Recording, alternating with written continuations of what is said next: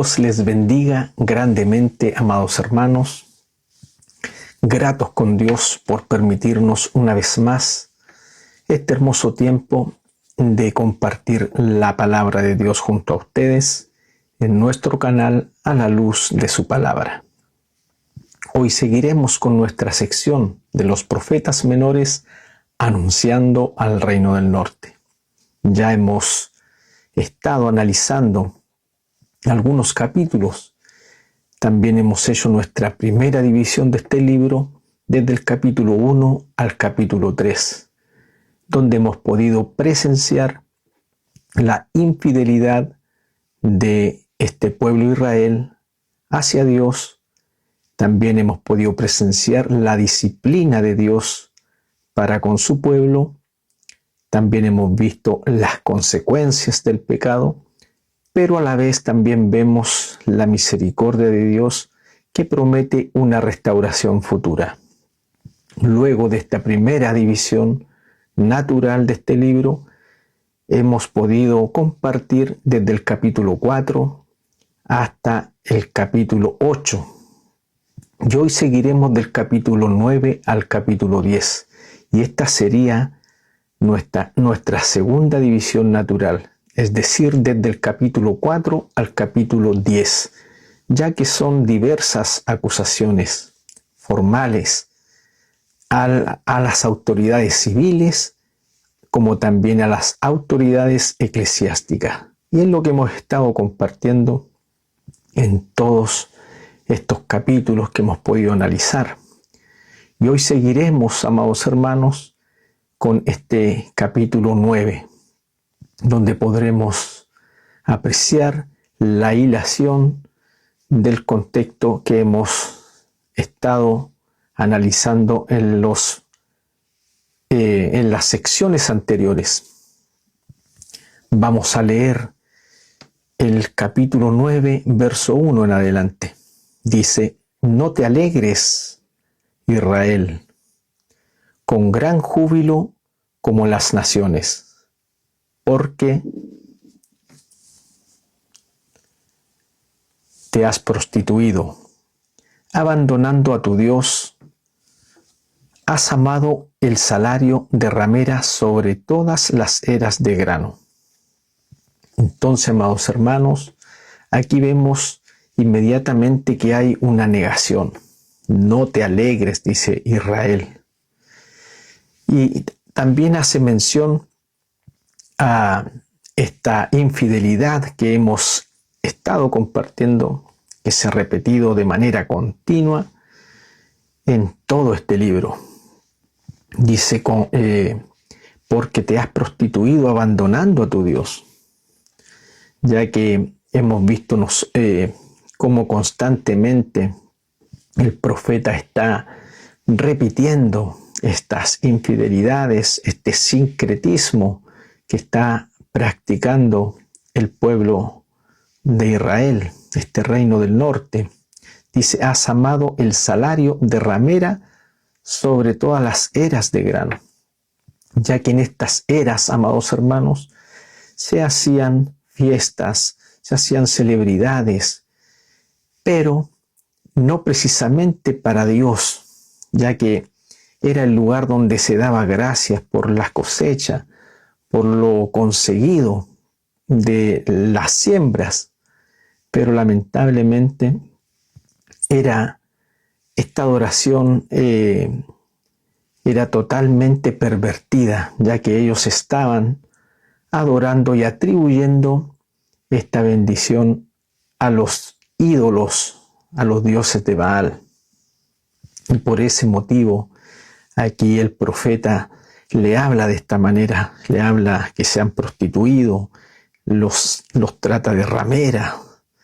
Entonces, amados hermanos, claramente vemos la intención del autor. Y aquí vemos no te alegres, en el original es sanaj, que quiere decirse alegrarse con regocijo festivo, lo que acabamos de decir. Dios a través del profeta le está diciendo: no te alegres, porque sería una alegría de mentira, algo no real, ya que esta celebridad era completamente falsa, ya que ellos debían atribuir esta bendición y honrar solamente al único Dios verdadero. Y lamentablemente no lo estaban haciendo así. Luego vemos en el verso 2, dice, ni la era ni el lagar los alimentarán, y el mosto les faltará.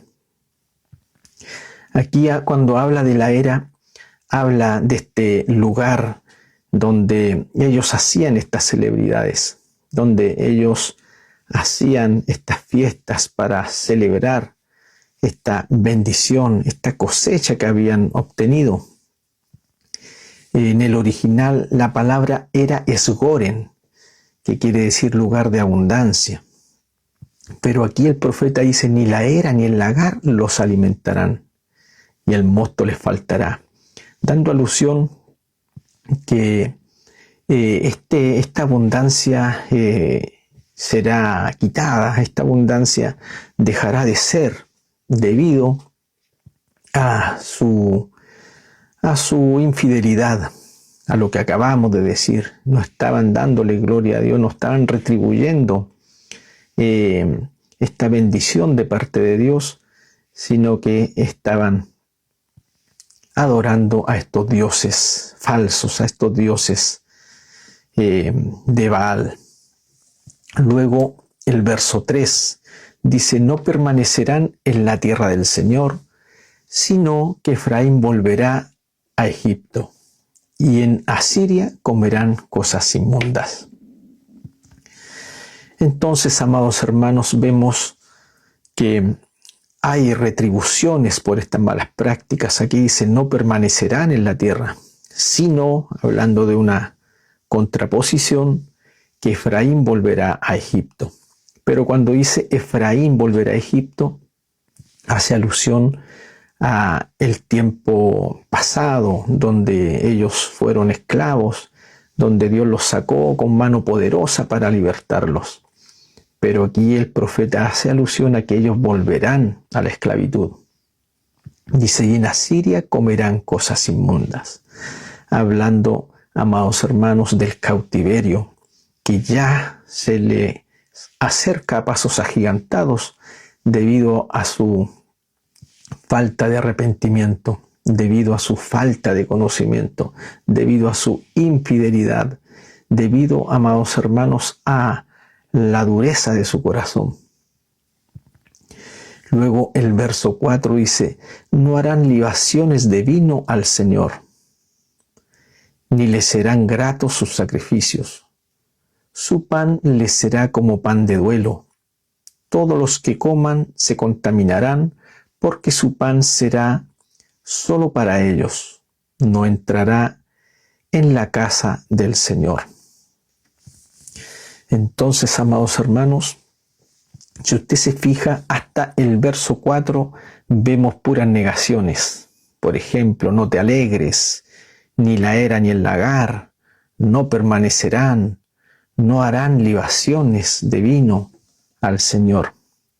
Y esas son las estructuras que hemos estado analizando también en los libros anteriores, en los capítulos anteriores. Vemos cómo se van repitiendo y vamos captando la idea del autor. Estas negaciones que quiere dar énfasis a esta consecuencia que Dios traerá por causa de sus pecados. Dice, no harán libaciones de vino al Señor. Estas libaciones eran ofrendas, amados hermanos, que hacían en el altar, ya sea con vino o con aceite en algunas ocasiones. Ellos derramaban vino o aceite en el altar del santuario para alabar y bendecir a Dios. Pero aquí le dice el autor, no harán libaciones de vino, ni serán gratos sus sacrificios. Y aquí le dice, su pan les será como pan de duelo. Aquí hace una comparación, una metáfora, haciendo alusión que este pan no será como el pan que ellos solían presentar a Dios, sino que este pan será un pan de duelo, un pan de tristeza, un pan de dolor. Dice, todos los que coman se contaminarán, porque su pan será solo para ellos, no entrará en la casa del Señor. Y claro que sí, porque ellos cuando estén experimentando la cautividad no tendrán templo, por lo tanto no podrán presentar estas ofrendas a Dios. El pan de duelo en el original hebreo es lehem onim, que significa pan ceremonial asociado a la muerte. Lo que acabamos de decir tiene una comparación opuesta al pan que ellos habituaban presentar en la casa del Señor. Luego, amados hermanos, en el verso 5 dice, ¿qué haréis en el día de las fiestas señalada y en el día de la fiesta del Señor? Aquí hace mención a esto, ya que no tendrán lugar, no tendrán templo para presentar sus ofrendas, ya que ellos serán llevados cautivos y allí no tendrán este lugar sagrado, este lugar que se ha consagrado, que se les ha permitido para que ellos presenten sus ofrendas, para que ellos bendigan el nombre de Dios, traigan sus sacrificios y de esta manera puedan glorificar el nombre de Dios. Acá en tierras extrañas les será imposible hacerlo. Dice el verso 6, pues he aquí se irán a causa de la destrucción. Egipto los recogerá. Acá cuando les dice que se irán a causa de la destrucción, les menciona el cautiverio, lo que va a ocurrir, pero a la vez le dice Egipto los recogerá. Dice Memphis los sepultará. Aquí hace alusión a Memphis, ya que ellos cuando estaban experimentando esta debilidad civil, ellos acudían a las naciones que les rodeaban. Ellos querían acudir a Egipto para que los guardara, para que les diera la tranquilidad, la estabilidad que ellos necesitaban. No la buscaban en Dios, sino que la buscaban en las naciones que les rodeaban. Pero Memphis no los salvará. Memphis no los guardará, sino que todo lo contrario. Este lugar de Memphis es un lugar donde se sepultaban los monumentos. Y aquí el autor del libro hace mención a Memphis, ya que ellos serán sepultados en ese lugar. No encontrarán refugio, sino todo lo contrario. A eso es lo que se refiere. Luego dice, la ortiga poseerá sus tesoros de plata, cardos crecerán en sus tiendas, haciendo alusión al abandono absoluto de parte de Dios hacia ellos, ya que Dios ha intervenido por mucho tiempo y de diversas maneras para que ellos se volvieran, para que ellos se arrepintieran, pero no lo han hecho. Luego el verso 7 dice, han llegado los días del castigo, han llegado los días de la retribución. Que lo sepa Israel, un insensato es el profeta, un loco el hombre inspirado, a causa de la magnitud de tu culpa y por tu mucha hostilidad. Aquí se ha llegado el día del castigo. Y esta palabra en el original, castigo, es pekutuá, es intervención divina judicial. Ha llegado la intervención divina. Ha llegado el momento de castigar a este pueblo. Porque no se ha arrepentido, no se ha vuelto a Dios. Ha persistido en el sincretismo, en el abandono hacia Dios y en su idolatría y en su en sus fornicaciones. Han llegado los días de la retribución. Ese es el resultado de sus actos, de sus pecados. Dice que lo sepa Israel. Dice, un insensato es el profeta, un loco el hombre inspirado. A causa de la magnitud de tu culpa y por tu mucha hostilidad. Esa hostilidad, ese rechazo, es un oprobio absoluto. Y es precisamente lo que sucedía con los profetas de Dios. Ellos eran rechazados, eran considerados como locos. Y la palabra que Dios traía a través de ellos no era bien recibida. Y más bien ellos lo miraban como locos, como personas totalmente despreciables. Entonces, amados hermanos, vemos cómo se repite este escenario. Vemos cómo la Biblia nos presenta de diversas maneras el rechazo de los hombres de Dios. Cuando hablaban, ¿cierto?, la palabra de Dios, cuando ellos exhortaban al pueblo, cuando ellos traían, ¿cierto?, una palabra de parte de Dios para que ellos se volvieran a Dios, para que ellos se arrepintieran. Pero vemos que muchas oportunidades de ellos eran rechazados. Y lo vemos una vez más en este libro. El profeta era considerado un hombre loco, era considerado un hombre prácticamente un hombre insensato. Y así lo hemos podido presenciar también en el libro de Amós, como también Amós fue rechazado. Y lo vemos también en toda la Biblia, amados hermanos. Dice el verso 8, vigía, con mi Dios era Efraín, un profeta. Sin embargo, el lazo del cazador está en todos sus caminos. Y en la casa de su Dios hay solo hostilidad, o sea, hay solo rechazo.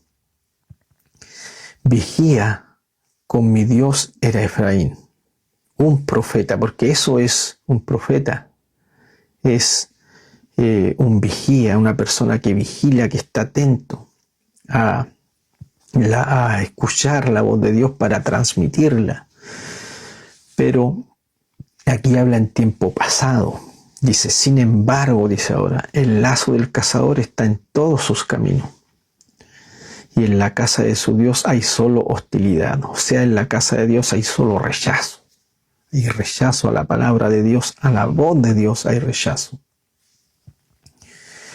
El verso 9 dice, se han corrompido profundamente.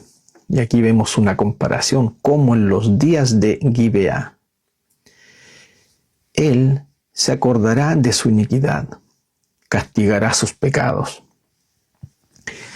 Esta ciudad, hermano, de Gibeá, es una ciudad de Benjamín, donde ocurre una situación muy particular que marcó la historia.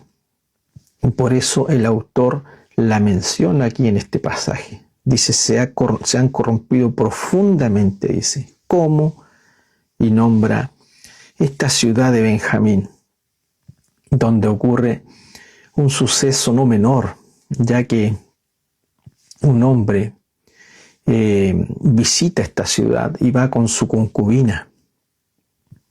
Y en el momento que van a pasar la noche en ese lugar, son rodeados por israelitas. Y allí, amados hermanos, este hombre es obligado. Querían de todas formas abusar de él y de su concubina. Entonces él entrega a la concubina y estos hombres despiadados abusan de ella toda la noche hasta matarla. Entonces este hombre, que era un levita, extrae las extremidades, las arranca del cuerpo de esta concubina y la reparte por todas las tribus de Israel. De esta manera él quería hacer notorio el pecado de estos hombres y la magnitud de la maldad que había en ellos. Lo que él quería era justicia. Ellos querían que se hiciera justicia, y de esta manera estaban pidiendo a estos hombres para poder quitarles la vida y de esta manera poder arrancar esta magnitud de pecado que había en Israel. Pero lamentablemente, amados hermanos, ocurre un episodio muy particular, ya que Benjamín se opone a esta demanda, y ellos prefieren guardar el pecado de estos hombres y a la vez, de alguna manera, también guardarlos. En pocas palabras, pasan a ser parte de todo lo que ellos habían hecho.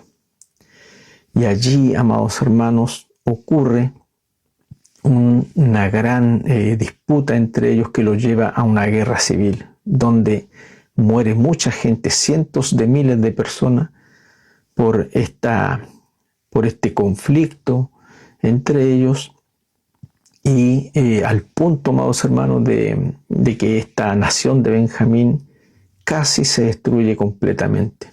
Y por eso aquí el autor del libro menciona esta ciudad, dando a conocer que este suceso iba a ser semejante a lo que ellos iban a tener que experimentar por causa de sus pecados. Luego vemos en el verso 10, dice: como uvas en el desierto, allá Israel, como las primicias de la higuera en su primera cosecha, vi a vuestros padres, pero fueron a Baal peor, y se consagraron a la vergüenza, y se hicieron tan abominables como lo que amaban.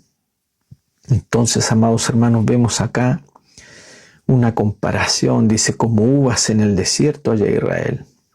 Encontrar uvas en el desierto es algo sorpresivo, es algo grato, pero a la vez también dice: como las primicias de la higuera en primavera, cosecha vi a vuestros padres. Aquí está haciendo una alusión a algo sorpresivo, algo agradable, hablando de las uvas en el desierto y hablando también de la higuera en su primera cosecha. Pero luego nos encontramos con un contraste con esta palabra que dice pero. Luego dice: pero fueron a Baal peor.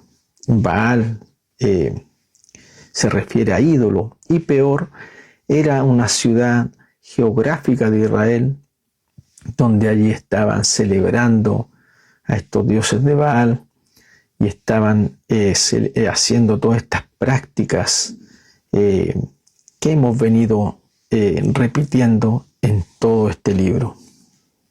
Ellos estaban practicando el sincretismo de una manera deliberada. Dice: y se congregaron a la vergüenza, y se hicieron tan abominables como lo que amaban. Luego en el verso 11 dice: como un ave volará de Efraín su gloria.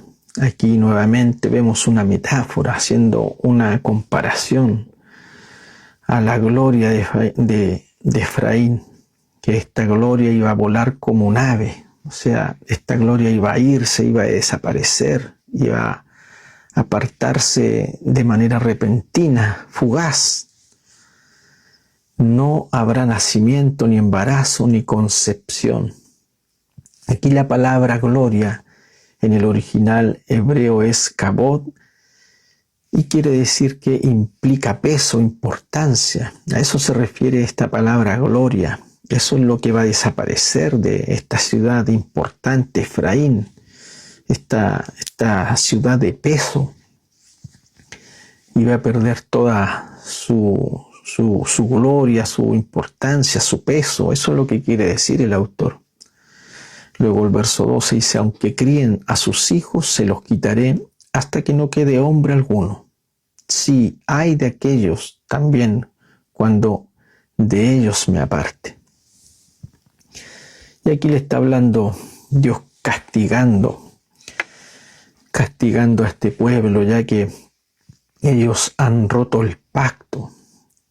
Debemos considerar que ellos están bajo un pacto, el pacto que menciona Deuteronomio 28, cuando les dice que hay unas retribuciones por la obediencia.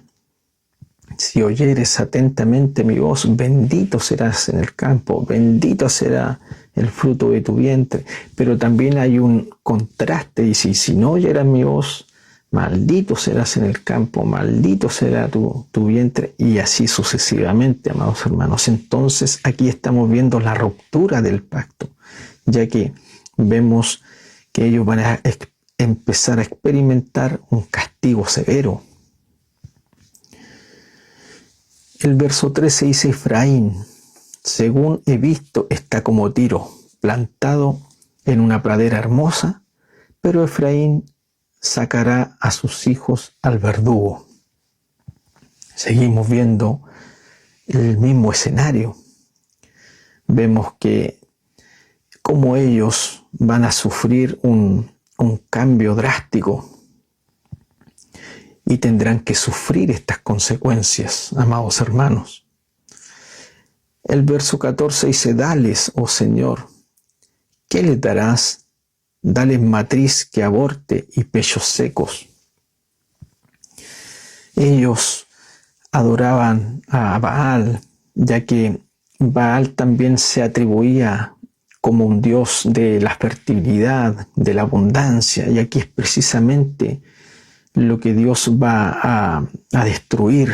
Él no va a permitir que se multipliquen, Él no va a permitir que sigan disfrutando de esta gloria, de esta abundancia, como lo decían los pasajes anteriores. Dice el verso 15: toda su maldad está en Gilgal, allí pues los aborrecí, por la maldad de sus hechos. Los expulsaré de mi casa, no los amaré más, todos sus príncipes son rebeldes. Entonces, amados hermanos, vemos el rechazo de parte de Dios por su maldad, por los hechos. Dice que Él lo expulsará de su casa. Y es precisamente lo que va a suceder, porque ya no tendrán acceso a la casa de Dios, ya que ellos serán llevados cautivos, llevados a tierras extrañas, donde tendrán que experimentar la esclavitud, el sufrimiento. El verso 16 dice: Efraín está herido, su raíz está seca, no darán más fruto, aunque den a luz, yo mataré el fruto de su vientre. Como lo acabamos de decir, hay una consecuencia por sus pecados, y Dios aquí dejará claro que Él es Dios, que Él es el único Dios, y aunque ellos acudan a estos dioses de Baal, esto les será totalmente inútil, porque ellos aquí conocerán que Dios es el único Dios verdadero, ya que ellos van a experimentar la mano severa de Dios, y sus dioses paganos no serán capaces de alguna manera librarlos de la mano de Dios. El verso 17 dice: mi Dios los desechará porque no le han escuchado, y andarán errantes entre las naciones. O sea, vemos aquí el motivo por el cual Dios los está desechando, simplemente porque ellos no han querido escuchar a Dios, y por ese motivo andarán errante entre las naciones, es decir, por ese motivo serán llevados cautivos a tierras extranjeras, en este caso a tierras de los asirios. Luego el capítulo 10, verso 1 dice: Israel es un viñedo frondoso, dando fruto para sí mismo, según la abundancia de su fruto. Así multiplicaba los altares, cuanto más rica era su tierra, más hermosos hacían sus pilares sagrados. Y aquí seguimos viendo la misma hilación, amados hermanos, y esta comparación de un viñedo frondoso, o sea, viendo la gloria que también señalaba en el capítulo 9, la gloria de Efraín. Es como un viñedo frondoso, algo que es hermoso ante los ojos de los demás, con de alguna manera demostrando abundancia aparente, y es precisamente el estado de Israel, pero dando fruto para sí mismo, decía, porque ellos mientras más bendecidos eran, más altares a los Baales hacían, más se apartaban de Dios, adorando a estos dioses paganos. Aquí por ese motivo dice, más hermosos hacían sus pilares sagrados, dando alusión a estos cultos, a estas ceremonias sagradas que hacían a estos dioses paganos. Y aquí, si usted puede observar, amados hermanos, vemos cómo desde el capítulo 9 al capítulo 10 vemos este lenguaje más bien hablando de la fruta, hablando en este lenguaje campesino.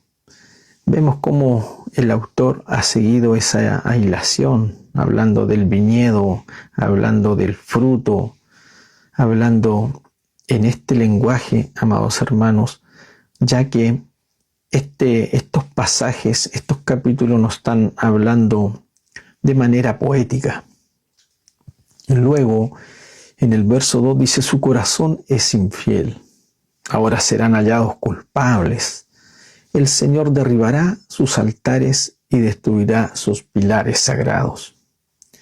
Y vemos el corazón de este pueblo, es infiel, está dividido.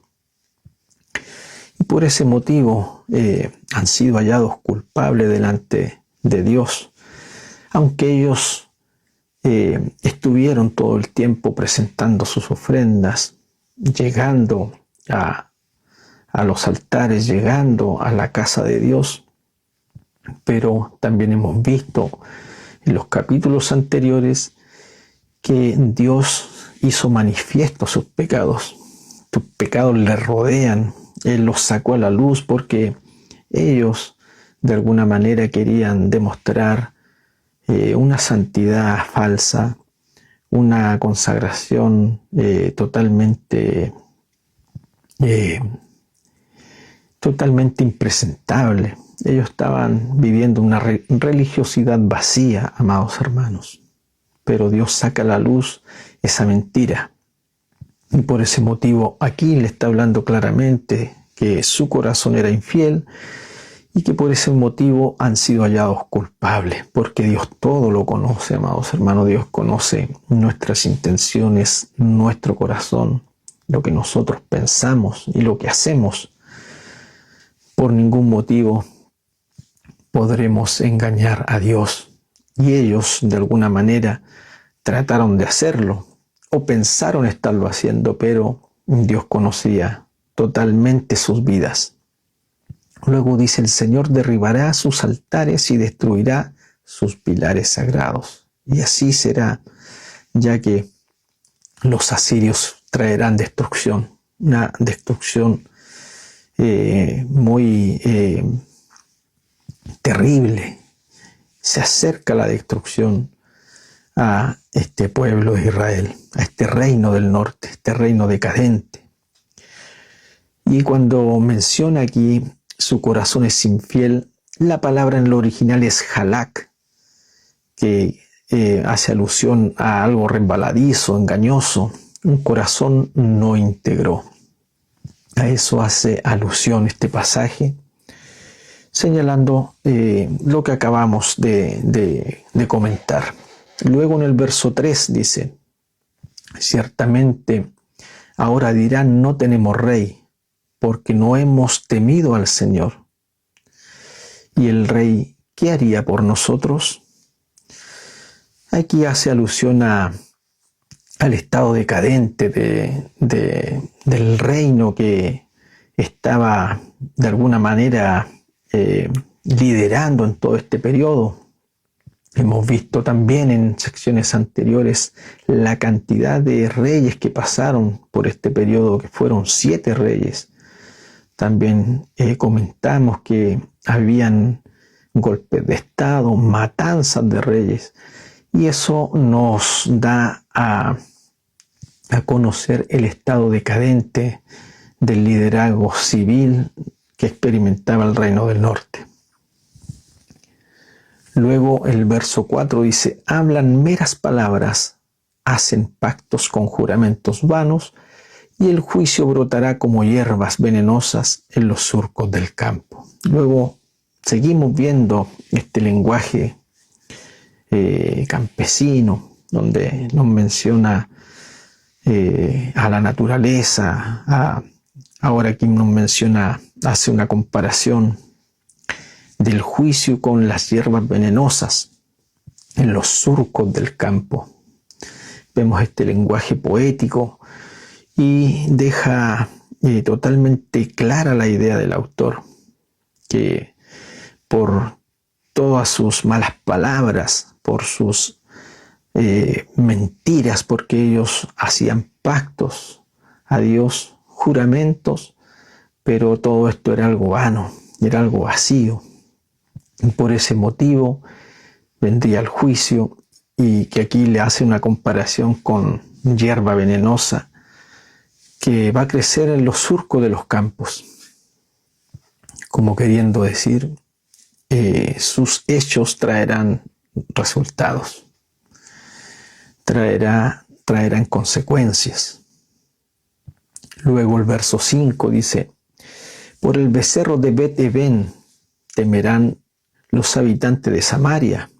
En verdad, por él hará duelo su pueblo, y sus sacerdotes idólatras se lamentarán a causa de él, porque de él se ha alejado su gloria. Y así es, la gloria volará como esa ave que mencionaba en pasajes anteriores. Ellos tendrán que experimentar algo totalmente opuesto a lo que han experimentado hasta ahora, porque han sido bendecidos, han sido honrados, pero ahora tendrán que experimentar el azote, el castigo, la servidumbre, el sufrimiento. Luego el verso 6 dice, también el becerro será llevado a Siria como tributo al rey Jareb. Seguimos viendo estas comparaciones. Dice, Efraín se cubrirá de vergüenza, e Israel se avergonzará de su consejo. Efraín siempre representa aquí como la ciudad relevante, como la ciudad principal, pero aquí dice que se cubrirá de vergüenza, e Israel se avergonzará de su consejo. Qué lamentable, amados hermanos, lo que trae el pecado, la desobediencia, el no ir a Dios, trae vergüenza. Luego el verso 7 dice, Samaria será destruida con su rey, como una astilla sobre la superficie del agua. Y es precisamente lo que va a ocurrir. Aquí ya la destrucción, el ataque de los asirios ya es un hecho. Es un hecho totalmente cercano, ya no hay vuelta atrás. El verso 8 dice, también serán destruidos los lugares altos, ya ven, el pecado de Israel, espinos y abrojos crecerán sobre sus altares. Seguimos viendo este lenguaje campestre, campesino, hablando de frutos, de espinos, de cardos, de surcos del campo. Dice, el pecado de Israel, espinos y abrojos crecerán sobre sus altares. Haciendo alusión al abandono absoluto de Dios hacia su pueblo, ya que estas tierras serán asoladas, porque ellos serán llevados cautivos. Entonces dirán a los montes, cubridnos, y a los collados, caed sobre nosotros. Desde los días de Gibea has pecado, oh Israel. Allí se han quedado. No los alcanzará en Gibea la batalla contra los hijos de la iniquidad. Delante mencionamos esta ciudad de Israel. Y aquí hace alusión nuevamente a esta ciudad, hablando de su condición pecaminosa. Y aquí deja muy claro que esta es la condición de Israel. Y esta condición pecaminosa ha permanecido en ellos. No ha habido un cambio, no ha habido una diferencia alguna, sino que ellos han persistido en esta condición de pecado. El verso 10 dice, cuando yo lo desee, los castigaré. Y se juntarán pueblos contra ellos cuando sean castigados por su doble iniquidad. Este castigo tiene que ver con un castigo divino, un castigo que Dios permite. Dios simplemente lo que hará con ellos es retirar su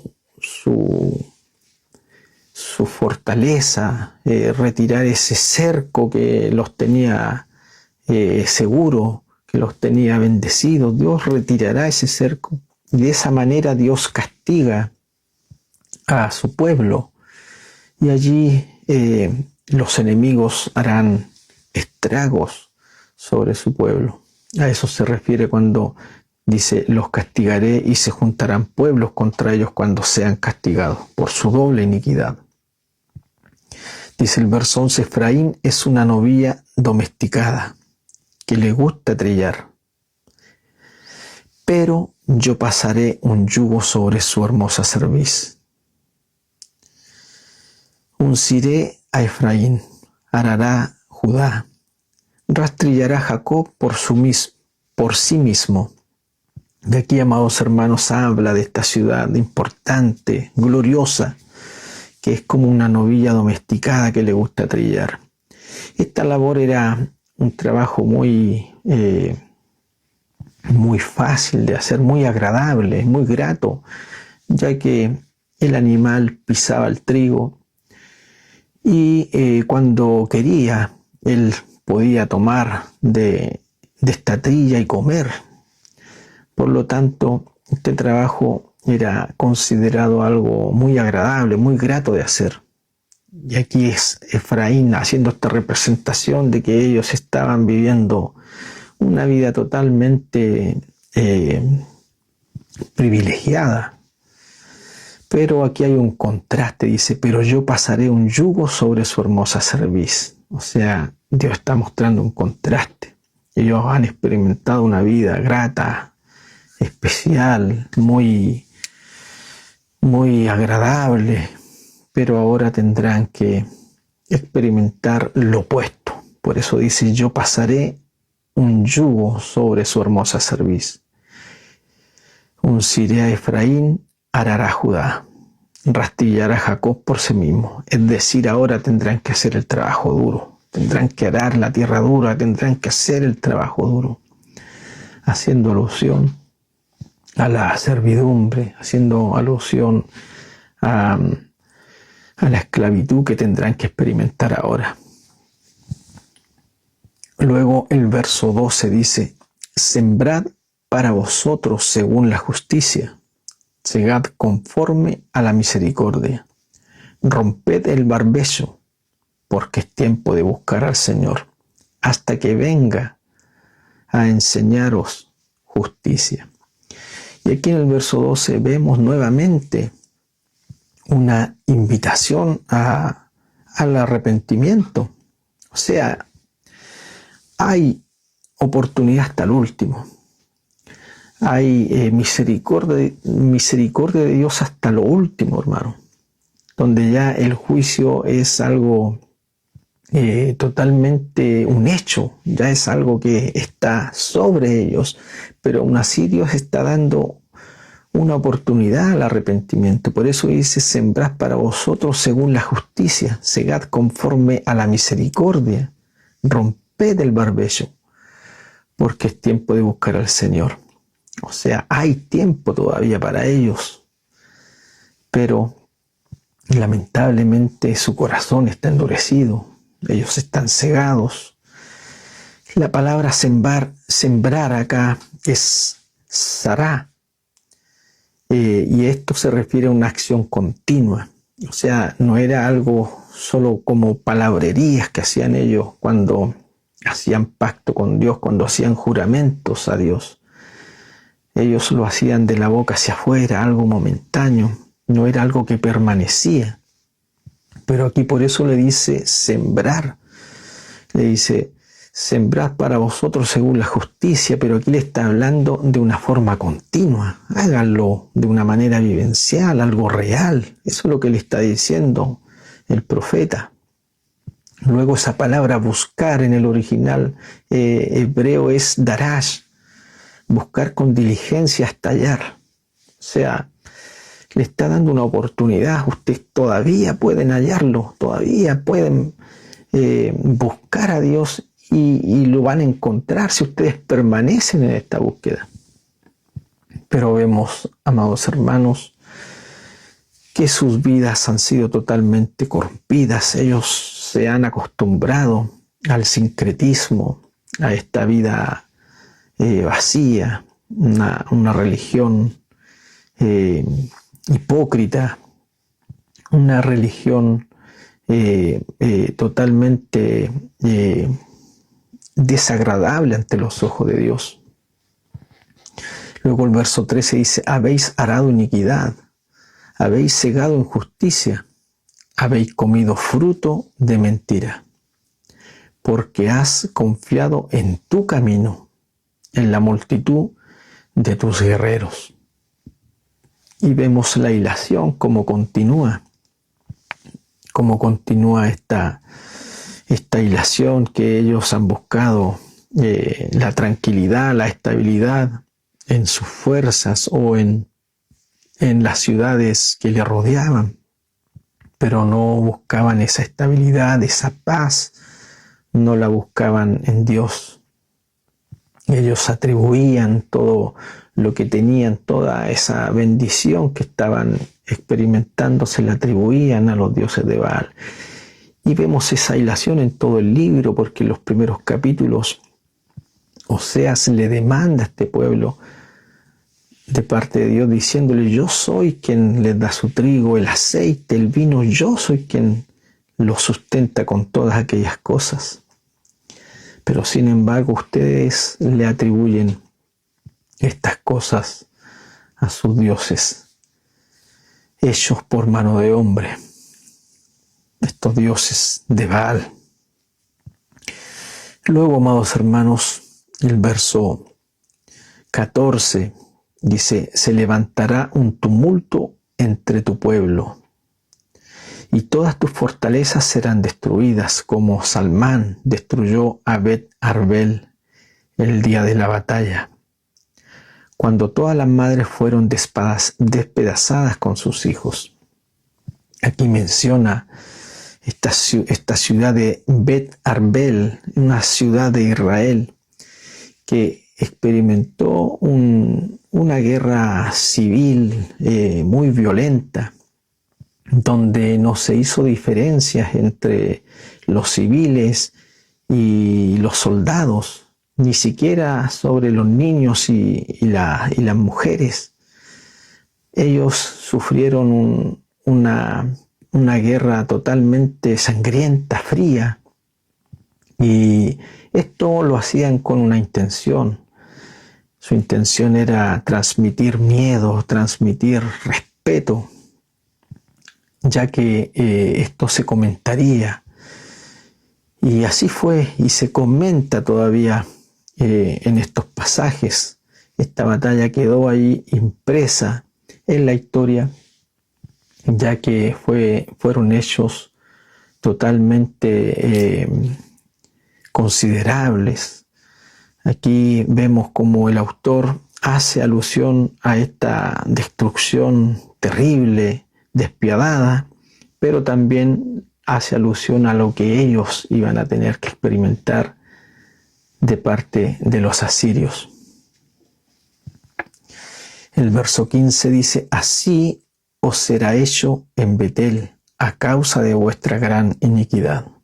Y es lo que acabamos de decir, esa comparación que hace de Bet-Arbel, ahora le dice: así os será hecho en Betel, a causa de vuestra gran iniquidad.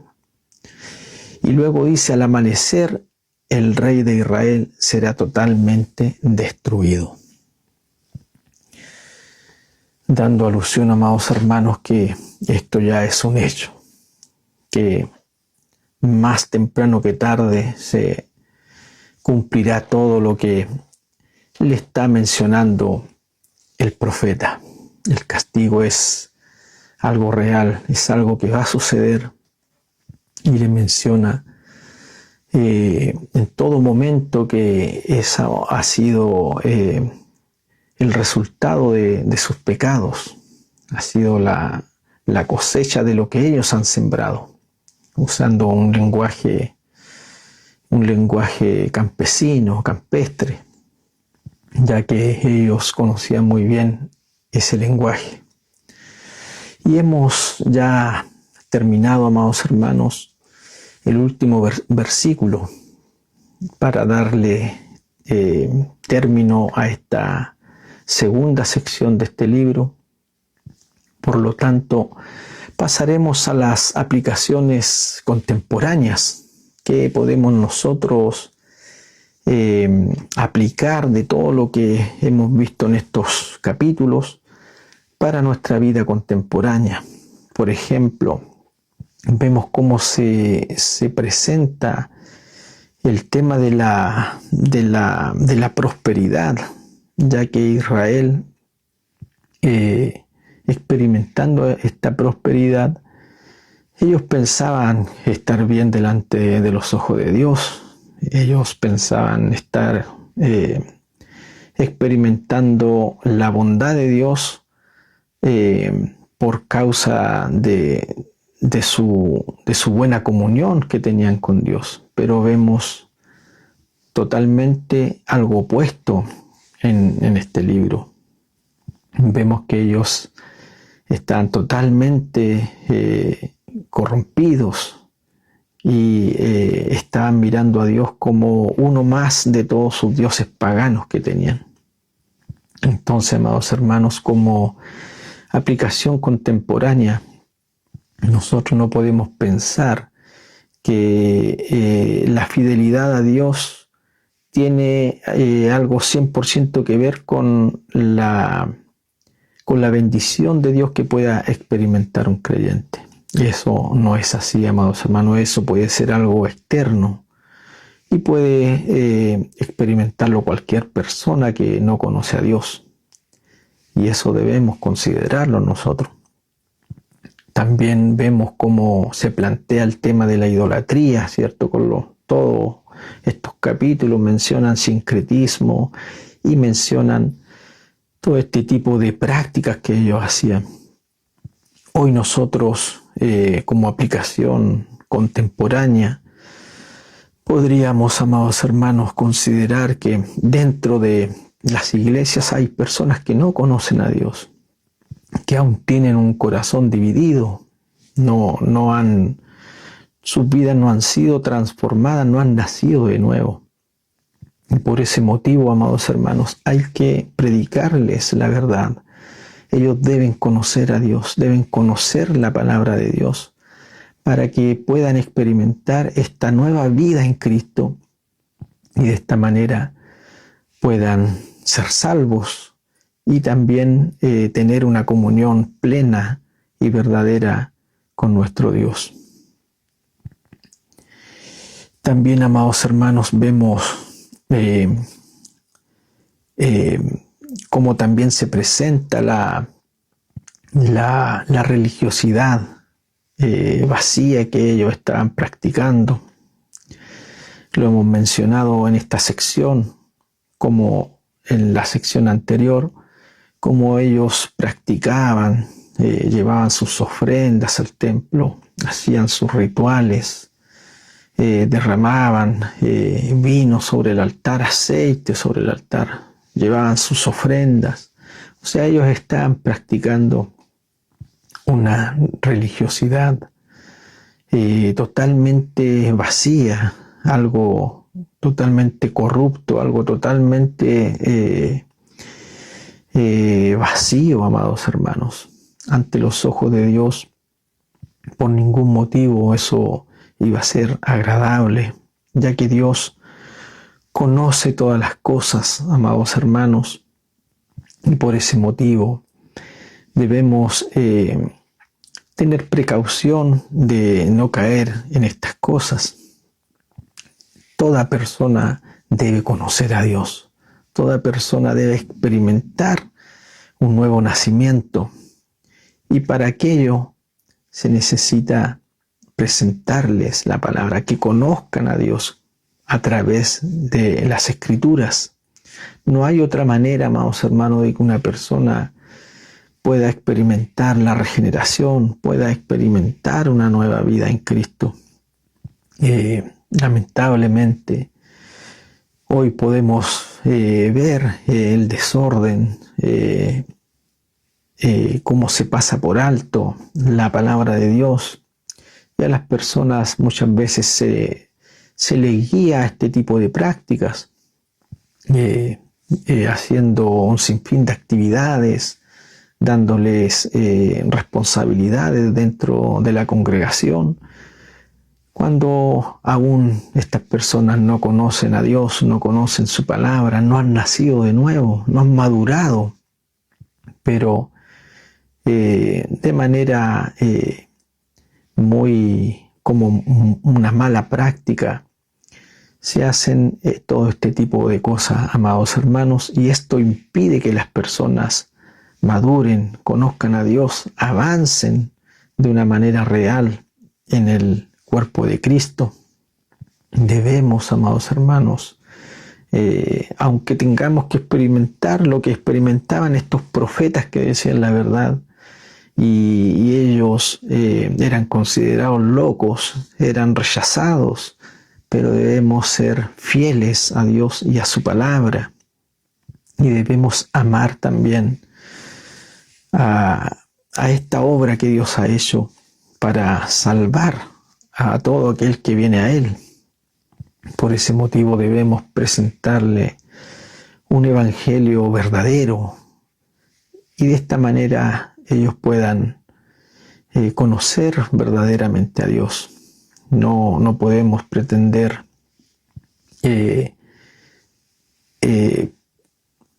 llenarnos de personas a nuestro alrededor, y de esta manera vamos a usar métodos humanos o cosas que no nos enseña la palabra de Dios. Debemos acudir a la palabra, amados hermanos, y Dios será quien actúe en cada persona.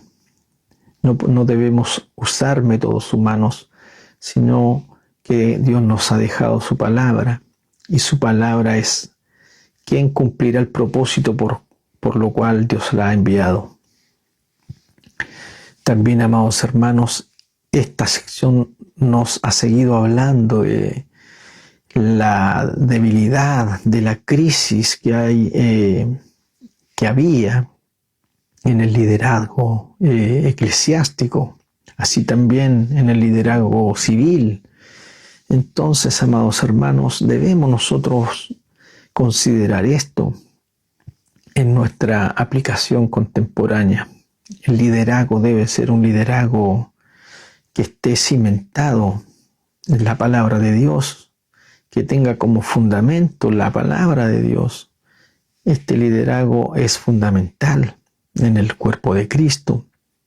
Por lo tanto, amados hermanos, vemos a través de las Escrituras quiénes son las personas que deben liderar, cuáles son los requisitos que Dios ha dispuesto en su palabra para nosotros considerarlos en nuestra vida contemporánea. No podemos, amados hermanos, tratar de diluir la palabra de Dios, ni mucho menos pasarla por alto, amados hermanos.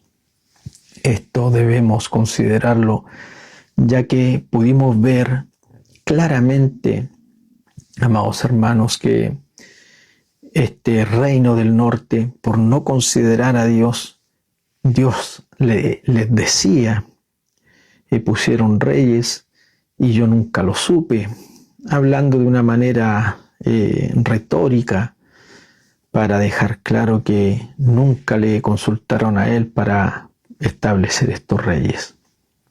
Y por lo tanto, amados hermanos, hoy tenemos la palabra de Dios que nos enseña y nos guía y nos conduce a hacer bien las cosas. No podemos pasar por alto su palabra, amados hermanos. Y si lo hacemos, esto traerá una retribución, como lo vemos en todo este libro. Un liderazgo débil, un liderazgo decadente. Y esto también se va a evidenciar en el entorno. En este caso, amados hermanos, en la congregación.